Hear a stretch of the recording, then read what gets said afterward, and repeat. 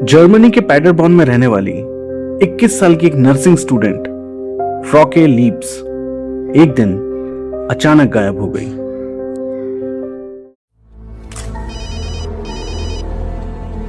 Bist du in Gefahr? Nein, Auf und ab mit den Anrufen und den Nachs zehrt an den Nerven. ich bin in Paderborn. Ich komme nach Hause. Ich komme nach Hause. Also man ist wirklich in diesen Tagen zwischen dem höchsten Hoch und dem tiefsten Tief jedes Mal. Es war eine ganz schreckliche Zeit. 20 जून 2006 जब Germany world cup fever में डूबा हुआ था, फ्रॉके भी अपने दोस्तों के साथ पैडरबॉर्न के Irish pub the old triangle में इंग्लैंड वर्सेस स्वीडन का मैच देखने गई थी। मैच देखने के बाद रात को लगभग 11 बजे फ्रॉके घर जाने के लिए पब से निकली। उसका घर पब से 1.5 किलोमीटर ही दूर था, लेकिन 1 घंटे बाद भी वो घर नहीं लौटी।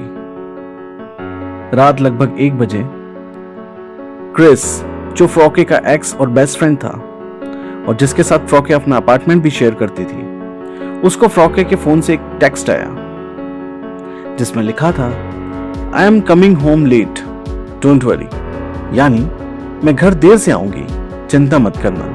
लेकिन जब रात भर फ्रॉके घर नहीं आई और अगले दिन नर्सिंग स्कूल भी नहीं पहुंची, तो फ्रॉके के घर वाले परेशान होने लगे और उन्होंने पुलिस में रिपोर्ट कर दी। पुलिस उसको ढूंढने में लग गई और पता चला कि फ्रॉके ने क्रिस को निहाइम नाम की एक जगह से मैसेज किया था, जो पैडरबॉर्न से 35 किलोमीटर दूर है। वहां से वो इतनी रात को निहाइम क्यों और कैसे गई, ये किसी को समझ में नहीं आया। फिर अचानक फ्रॉके का एक कॉल आता है जिसमें उसने कहा, I will be home soon, यानी मैं जल्दी घर आ जाऊंगी। जब उससे पूछा गया कि वो कहाँ है, तो उसने कहा, मैं नहीं बता सकती, और बिना कुछ बताए उसने फोन रख दिया। ऐसे ही 5 अलग अलग कॉल्स उसने 1 हफ्ते में क्रिस और अपनी फैमिली को किए और हर बार बिना कोई इंफॉर्मेशन दिए सिर्फ यही कहा कि मैं जल्दी घर आ जाऊंगी। हर कॉल में उसकी आवाज में एक अजीब सी थकान और शांति थी, जैसे वो किसी शॉक या प्रेशर में है। ये कॉल्स इतनी छोटी थी कि फ्रॉके से ज्यादा बात करने का मौका ही नहीं मिल पाया।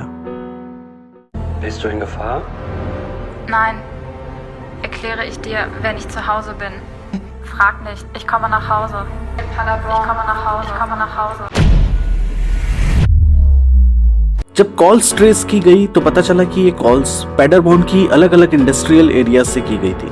इसके बाद 23 जून 2006 फ्रॉके के नंबर से क्रिस को एक मैसेज आया जिसमें लिखा था, I am coming home today, I am in Paderborn, love you.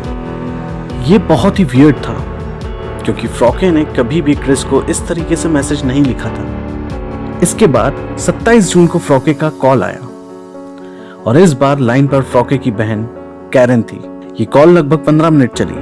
फ्रॉके ने कहा, मम्मी पापा से कहना मैं उनसे बहुत प्यार करती हूँ। कैरन ने कहा, तुम घर आ जाओ। फ्रॉके ने कहा, यह पॉसिबल नहीं। कैरन ने धीरे से पूछा, क्यों नहीं? क्या तुम्हें किसी ने तुम्हारी मर्जी के खिलाफ बंद करके रखा है? तो इस पे पहले फ्रॉके ने धीरे से कहा हाँ, और फिर एकदम से चिल्लाते हुए कहा नहीं नहीं, और आखिरी में उसने बोला माँ माँ माँ, और बस फोन कट गया।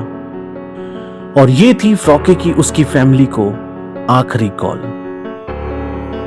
फिर वो हुआ जिसकी उम्मीद कोई भी नहीं कर रहा था।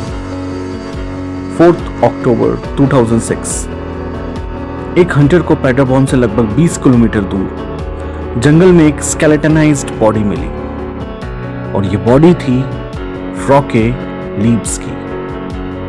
फ्रॉके की बॉडी अब भी उन्हीं रात वाले कपड़ों में थी, लेकिन उसका फोन, पर्स और वॉच सब गायब थे। बॉडी इतनी डिकम्पोज हो चुकी थी कि डेथ का एग्जैक्ट कॉज या टाइम कभी पता ही नहीं चल पाया। न गन शॉट के निशान मिले, न ब्लंट ट्रॉमा, न स्ट्रैंगुलेशन, न पॉइजन।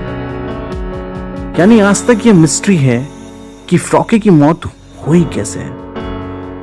अगर किसी ने उसे किडनैप करके रखा हुआ था तो उसे कॉल्स करने क्यों दिए गए? क्या वो ड्रग थी? क्या उसे धमकाकर काम साउंड करने को बोला गया था? या फिर वो अपने किडनैपर को पहले से जानती थी, इसलिए विलिंगली किसी गाड़ी में बैठ गई। फ्रॉकी की मां ने सालों तक एक वेबसाइट और रिवॉर्ड कैंपेन चलाया, ये सोचकर कि शायद कोई क्लू मिले कि फ्रॉकी किसके साथ थी। लेकिन 2023 में उन्होंने थक हार कर सब बंद कर दिया, ये कहकर कि अब उनके पास कोई उम्मीद नहीं बची। और आज भी सवाल वही है, फ्रॉके लीव्स के साथ उस रात असल में हुआ क्या था।